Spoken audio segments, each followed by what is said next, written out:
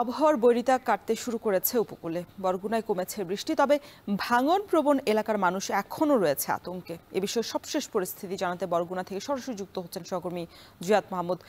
জিয়াদ, যে উপকূলের সবশেষ কি পরিস্থিতি, আর জেলেরা কি এখন সাগরে যাওয়া শুরু করেছেন কিনা মাছ ধরতে, জানাবেন। রওশন, আবহাওয়ার যে প্রতিকূলতা, বিরূপ পরিস্থিতি সেটি কিন্তু কাটতে শুরু করেছে এবং আলোকিত দিন আসতে শুরু করছে। আজকে আমরা সকালে দেখেছি মেঘের ফাঁকে সূর্য উঁকি দিচ্ছে। তো বলা যায় যে আবহাওয়া পরিস্থিতি এখন কিছুটা উন্নতির দিকে এবং আপনি যেটি বললেন যে সমুদ্রে মাছ ধরতে জেলেরা যাচ্ছেন কিনা, তারা প্রস্তুতি নিচ্ছেন। তারা এই যে নিষেধাজ্ঞা গেল আ আ কয়েকদিনের নিষেধাজ্ঞার পরে তারা কয়েক দফায় তারা বৈরিতার মধ্যে পড়েছে এবং তারা ফিরে এসেছেন। সমুদ্রমুখী হয়েছিলেন অনেকেই, আবার ফিরে এসেছেন। এতে তাদের কিন্তু বেশ লোকসান হয়েছে বলে তারা আমাদের জানিয়েছেন।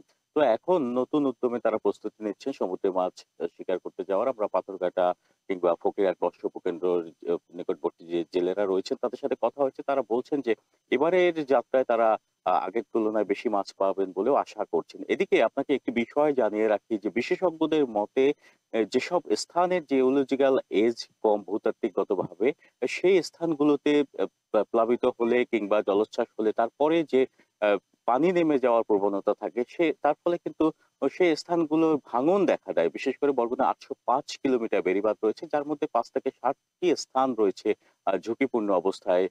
তালতলী, তেঁতুলবাড়িয়া, বরগুনার ফুলজুরি, নলটোনা ইউনিয়ন, পাথরঘাটা, বামনা, বেতাগী সহ প্রত্যেকটি স্থানেই কিন্তু ভাঙন প্রবণ এলাকা রয়েছে এবং সেই এলাকার যে নাজুক ঝুঁকিপূর্ণ অংশ বা ঝুঁকিপূর্ণ পয়েন্ট, সেখানে কিন্তু নতুন করে ভাঙন দেখা দেওয়ার একটা শঙ্কা রয়েছে। এর ফলে কিন্তু সেই স্থানগুলোর মানুষ শঙ্কিত রয়েছে। যদিও পানি উন্নয়ন বোর্ড থেকে ভাঙন ঠেকানোর তেমন কোনো ব্যবস্থা নেওয়া হয়নি। তো এই ছিল বরগুনা থেকে আবহাওয়া পরিস্থিতির সবশেষ তথ্য আমার কাছে। রওশন।